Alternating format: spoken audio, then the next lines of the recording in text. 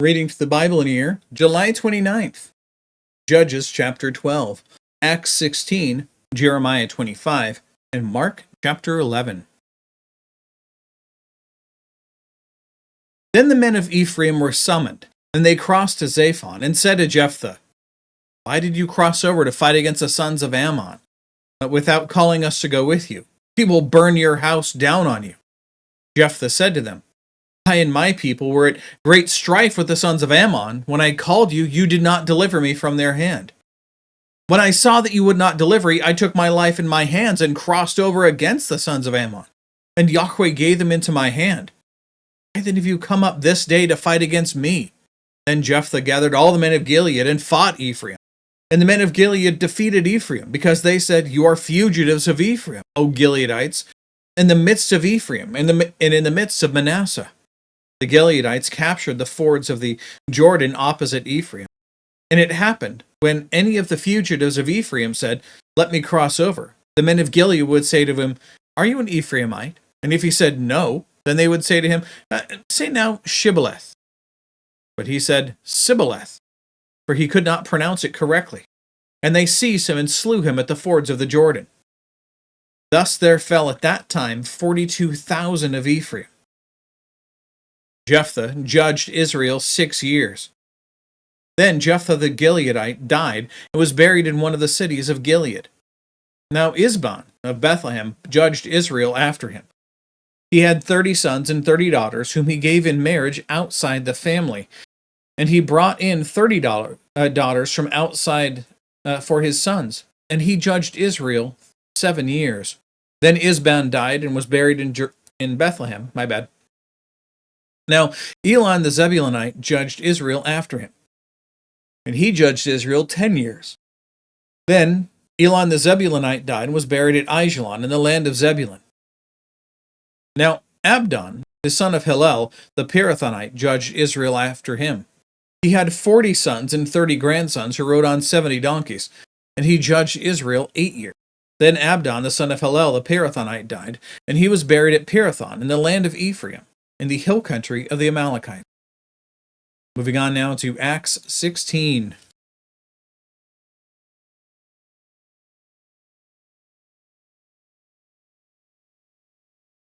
Paul came also to Derbe, and to Lystra, and a disciple was there, named Timothy, the son of a Jewish woman who was a believer, but his father was a Greek. And he was well spoken of by the brethren who were in Lystra and Iconium. Paul wanted this young man to go with him, and he took him and circumcised him because of the Jews who were in those parts, for they all knew that his father was a Greek. Now, while they passed through the cities, they were delivering the decrees which had been decided by they had been decided upon by the apostles and elders who were in Jerusalem for them to observe. So the churches were being strengthened in the faith and were increasing in number daily. They passed through the Phrygian and Galatian region, having been forbidden by the Holy Spirit to speak the word in Asia. After they came to Mysia, they were trying to go into Bithynia, and the Spirit of Jesus did not permit them. And passing by Mysia, they came down to Troas. A vision appeared to Paul in the night. A man of Macedonia was standing and appealing to him, saying, "Come over to Macedonia and help us." When he had seen the vision, immediately we sought to go into Macedonia, concluding that God had called us to preach the gospel to them. So, putting out to sea from Troas, we ran a straight course to Samothrace, and on the following day to Neapolis. From there to Philippi, which is a leading city of the district of Macedonia, a Roman colony. And we were staying in this city for some days. And on the Sabbath day, we went outside the gate to a riverside, where we were supposing that there would be a place of prayer. We sat down and began speaking to the women who had assembled. A woman named Lydia, from the city of Thyatira, a seller of purple fabrics, a worshiper of God, was listening. And the Lord opened her heart to respond to the things spoken by Paul. When she and her household had been baptized, she urged us, saying, "If you have judged me to be faithful to the Lord, come into my house and stay." She prevailed upon us. It happened that as we were going to the place of prayer, a slave girl, having a spirit of divination, met us, who was bringing her masters much profit by fortune-telling. And following after Paul and us, she kept crying out, saying, "These men are bondservants, slaves of the Most High God, who are proclaiming to you the way of salvation." She continued doing this for many days. But Paul was greatly annoyed, and turned and said to the spirit, "I command you in the name of Jesus Christ to come out of her." It came out that very moment. When her masters saw that their hope of profit was gone, they seized Paul and Silas and dragged them into the marketplace before the authorities. When they had brought them to the chief magistrates, they said, "These men are throwing our city into confusion, being Jews, and are proclaiming customs which is not lawful for us to accept or to observe, being Romans." The crowd rose up together against them, and the chief magistrates tore their robes off them and proceeded to order them to be beaten with rods. When they had struck them with many blows, they threw them into prison, commanding the jailer to guard them securely. And he, having received such a command, threw them into the inner prison and fastened their feet in stocks. But about midnight, Paul and Silas were praying and singing hymns of praise to God, and the prisoners were listening to them. Suddenly, there came a great earthquake, so that the foundations of the prison house were shaken, and immediately all the doors were open and everyone's chains were unfastened. This doesn't normally happen in an earthquake. That's saying that this is a supernatural event. When the jailer awoke, saw the prison doors open, and he drew his sword and was about to kill himself, supposing that the prisoners had escaped. But Paul cried out with a loud voice, saying, "Do not harm yourself, for we are all here." And he called for lights and rushed in, and trembling with fear, he fell down before Paul and Silas. And after he brought them out, he said, "Sirs, what must I do to be saved?" They said, "Believe in the Lord Jesus, and you will be saved, you and your household." And they spoke the word of the Lord to him, together with all who were in his house. And he took them that very hour and washed their wounds, and immediately he was baptized, he and all his household. And he brought them into his house and set food before them, and rejoiced greatly, having believed in God with his whole household. Now, when day came, the chief magistrates sent their policemen, saying, "Release those men." The jailer reported these words to Paul, saying, "The chief magistrates have sent to release you. Therefore come out now and go in peace." But Paul said to them, "They have beaten us in public, without a trial. Men who are Romans, who have thrown us into prison, and now they are sending us away secretly? No, indeed. But let them come themselves and bring us out." The policemen reported this word to the magistrate, and to the chief magistrate. And they were afraid when they heard that they were Romans. And they came and appealed to them. When they had brought them out, they kept begging them to leave the city. They went out of the prison and entered the house of Lydia. When they saw the brethren, they encouraged them and departed. Move on now to Jeremiah 25.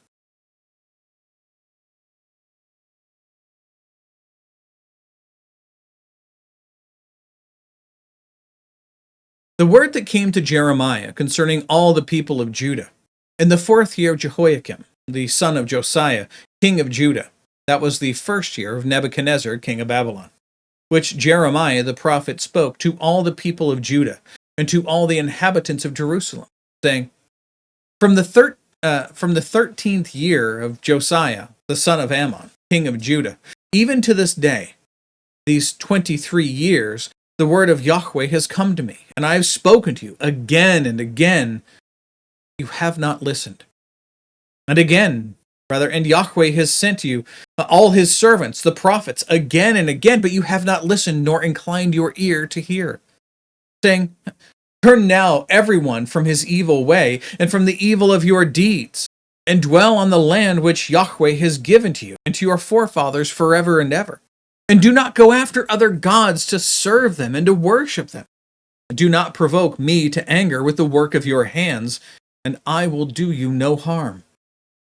Yet you have not listened to me, declares Yahweh, in order that you might provoke me to anger with the work of your hands to your own harm. Therefore, Thus says Yahweh of hosts, because you have not obeyed my words, behold, I will send and take all the families of the north, declares Yahweh, and I will send them to Nebuchadnezzar, king of Babylon, my servant. He's calling now this pagan king his servant. And I will bring them against this land and against its inhabitants and against all these nations round about. And I will utterly destroy them and make them a horror and a hissing and an everlasting desolation. Moreover, I will take from them the voice of joy and the voice of gladness, the voice of the bridegroom and the voice of the bride, the sound of the millstone and the light of the lamp. This whole land will be a desolation and a horror, and these nations will serve the kingdom of Babylon 70 years. It's important. It comes up later. We're going to go through that as we go through Daniel. Then it will be, when 70 years are completed, I will punish the king of Babylon and that nation, declares Yahweh, for their iniquity, and the land of the Chaldeans, and I will make it an everlasting desolation. I will bring upon that land all my words which I have pronounced against it, all that is written in this book which Jeremiah has prophesied against all the nations. For many nations and great kings will make slaves of them, even then, and I will recompense them according to their deeds and according to the work of their hands. For thus says Yahweh, the God of Israel. For thus Yahweh, the God of Israel, says to me, take this cup of the wine of the wrath from take this cup of the wine of wrath from my hand, and cause all the nations to whom I send you to drink it. They will drink and stagger and go mad because of the sword that I will send among them. Then I took the cup from Yahweh's hand and made all the nations to whom Yahweh sent me drink it. Jerusalem and the cities of Judah and its kings and its princes, to make them a ruin, a horror, a hissing, and a curse, as it is this day. Pharaoh, king of Egypt, his servants, his princes, and all his people, and all the foreign people, and all the kings of the land of Uz, and all the kings of the land of the Philistines, even Ashkelon, Gaza, Ekron, and the remnant of Ashdod, Edom, Moab, and the sons of Ammon, and all the kings of Tyre, all the kings of Sidon, all the kings of the coastlands which are beyond the sea, and Dedan, Tema, Buz, and all who cut the corners of their hair, and all the kings of Arabia, and all the kings of the foreign people who dwell in the desert, and all the kings of Zimri, or Zimri, all the kings of Elam, and all the kings of Media, and all the kings of the north, near and far, one with another, and all the kingdoms of the earth, which are upon the face of the ground, and the king of Sheshach shall drink after them. You shall say to them, thus says Yahweh of hosts, the God of Israel, drink, be drunk, vomit, fall, and rise no more because of the sword which I will send among you. And it will be, if they refuse to take the cup from your hand to drink, then you shall say to them, thus says Yahweh of hosts, you shall surely drink. For behold, I am beginning to work calamity in the city, which is called by my name, and shall you be completely free from punishment? You will not be free from punishment. For I am summoning a sword against all the inhabitants of the earth, declares Yahweh of hosts. Therefore, you shall prophesy against them all these words, and you shall say to them, Yahweh will roar from on high, and utter his voice from his holy habitation. He will roar mightily against his fold. He will shout like those who tread the grapes, against all the inhabitants of the earth. A clamor has come to the end of the earth, because Yahweh has a controversy with the nations. He is entering into judgment with all flesh. As for the wicked, he has given them to the sword, declares Yahweh. Thus says Yahweh of hosts, behold, evil is going forth from nation to nation, and a great storm is being stirred up and from the remotest parts of the earth. Those slain by Yahweh on that day will be from one end of the earth to the other. They will not be lamented, gathered, or buried. They will be like dung on the face of the ground. Wail, you shepherds, and cry, and wallow in ashes, you masters of the flock, for the days of your slaughter and your dispersions have come. and you will fall like a choice vessel. Flight will perish from the shepherds, and escape from the masters of the flock. Hear the sound of the cry of the shepherds, and the wailing of the masters of the flock, for Yahweh is destroying their pasture.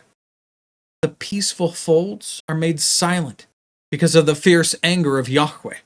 He has left his hiding place like the lion, for their land has become a horror because of the fierceness of the oppressing sword and because of his fierce anger. Including today in Mark chapter 11.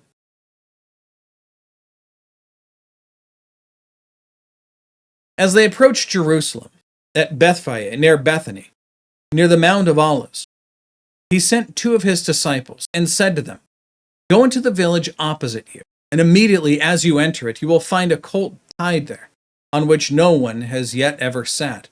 Untie it and bring it here. If anyone says to you, 'Why are you doing this?' you say, 'The Lord has need of it,' and immediately he will send it back here." Well, they went away and found a colt tied at the door, outside in the street, and they untied it. Some of the bystanders were saying to them, What are you doing untying the colt?" They spoke to them just as Jesus had told them, and they gave them permission. They brought the colt to Jesus and put their coats on it, and he sat on it. And many spread their coats in the road, and others spread leafy branches which they had cut from the fields. Those who went in front and those who followed were shouting, "Hosanna! Blessed is he who comes in the name of the Lord. Blessed is the coming kingdom of our father David. Hosanna in the highest." Again, these are all messianic titles, and they're proclaiming that Jesus is the Messiah of God. Jesus entered Jerusalem and came into the temple, and after looking around at everything, he left for Bethany with the 12, since it was already late. On the next day, when they had left Bethany, he became hungry, and seeing at a distance a fig tree in leaf, he went up to it to see if, perhaps, he could find anything on it. When he came to it, he found nothing but leaves, for it is not the season for figs. And he said to it, "May no one ever eat fruit from you again." And his disciples were listening. Then they came to Jerusalem and entered the temple. He entered the temple and began to drive out those who were buying and selling. In the temple, and overturned the tables of the money changers and the seats of those who were selling doves. And he would not permit anyone to carry merchandise through the temple. And he began to teach and say to them, "Is it not written, 'My house shall be called a house of prayer for all the nations'? You have made it a robber's den." The chief priests and the scribes heard this and began seeking how to destroy him, for they were afraid of him. For the whole crowd was astonished at his teaching. When evening came, he would go out of the city. As they were passing by in the morning, they saw the fig tree withered from the roots up. Being reminded, Peter said to him,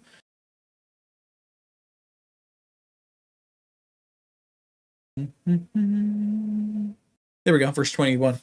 Being reminded, Peter said to him, "Rabbi, look, the fig tree which you cursed has withered." Jesus answered, saying to them, "Have faith in God.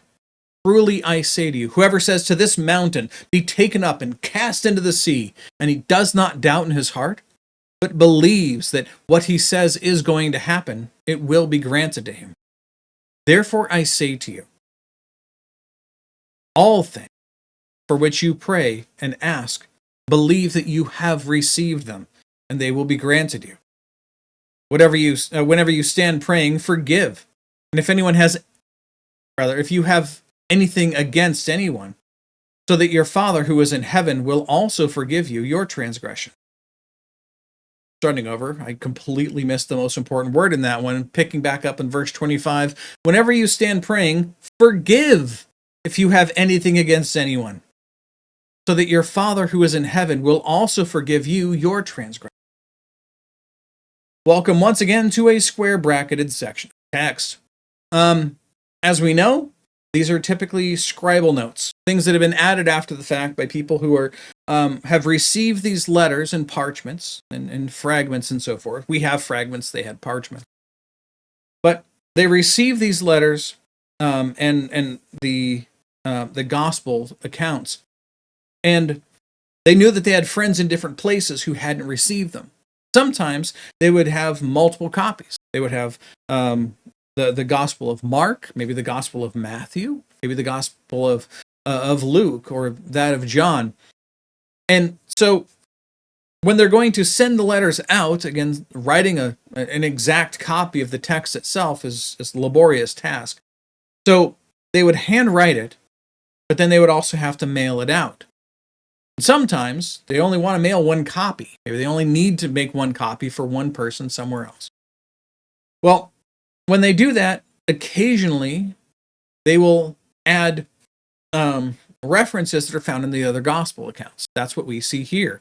This one specifically is from Matthew 6:15 and 18:35. That's been inserted in here so the people who would receive it would, again, if they're only going to get the Gospel of Mark, this would help fill it out. Most likely, like you would write a little note in the margin of your Bible. Well, if someone were handwriting a copy of the Gospel, they may have read that and gone, oh, well, this actually belongs in the text. So they write it in with the whole thing when they make a copy and send it off to their friend. And eventually, that copy is the one that gets copied everywhere. So many people have it and they expect to see this verse here. That's why we see it here. Now, I'm going to start over again. We're going to read through verse 25 and verse 26, which is the disputed text. And normally I would read the verse after it. However, the next verse begins another pericope. Pericope is a subset of text that talks about one specific topic, right? In some cases, it's a whole paragraph. In some cases, it's multiple paragraphs. In this case, it's one paragraph.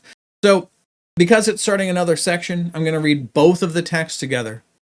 You know what? I'll make it easy. I'll start at verse 24. I'll read 24, 25, and then the disputed text, which is 26. Then I'll roll back up. I'll reread verse 24 and 25, and then we'll just continue on with 27, skipping that disputed text. Begin. Therefore I say to you, all things for which you pray and ask, believe that you have received them, and they will be granted you. Whenever you stand praying, forgive if you have anything against anyone, so that your Father who is in heaven will also forgive you your transgressions. But if you do not forgive, neither will your Father who is in heaven forgive your transgression. Rolling back up. Therefore I say to you, all things for which you pray and ask, believe that you have received them, and they will be granted you. Whenever you stand praying, forgive if you have anything against anyone, so that your Father who is in heaven will also forgive you your transgression. They came again to Jerusalem. And he was walking in the temple, or as he was walking in the temple, the chief priests and scribes and elders came to him, saying to him, by what authority are you doing these things? Or who gave you this authority to do these things? Jesus said to them, I will ask you one question, and you answer me, and then I will tell you by what authority I do these things. Was the baptism of John from heaven or from men? Answer me. They began reasoning amongst themselves, saying, if we say from heaven, he will say, well, then why did you not believe him? But shall we say from men? They were afraid of the people, for everyone considered John to have been a real prophet. And answering Jesus, they said, we do not know. Jesus said to them, nor will I tell you by what authority I do these things. That's it. That's all the reading and all of the notes for today. God willing, we'll be back tomorrow. Behold, the word of the Lord.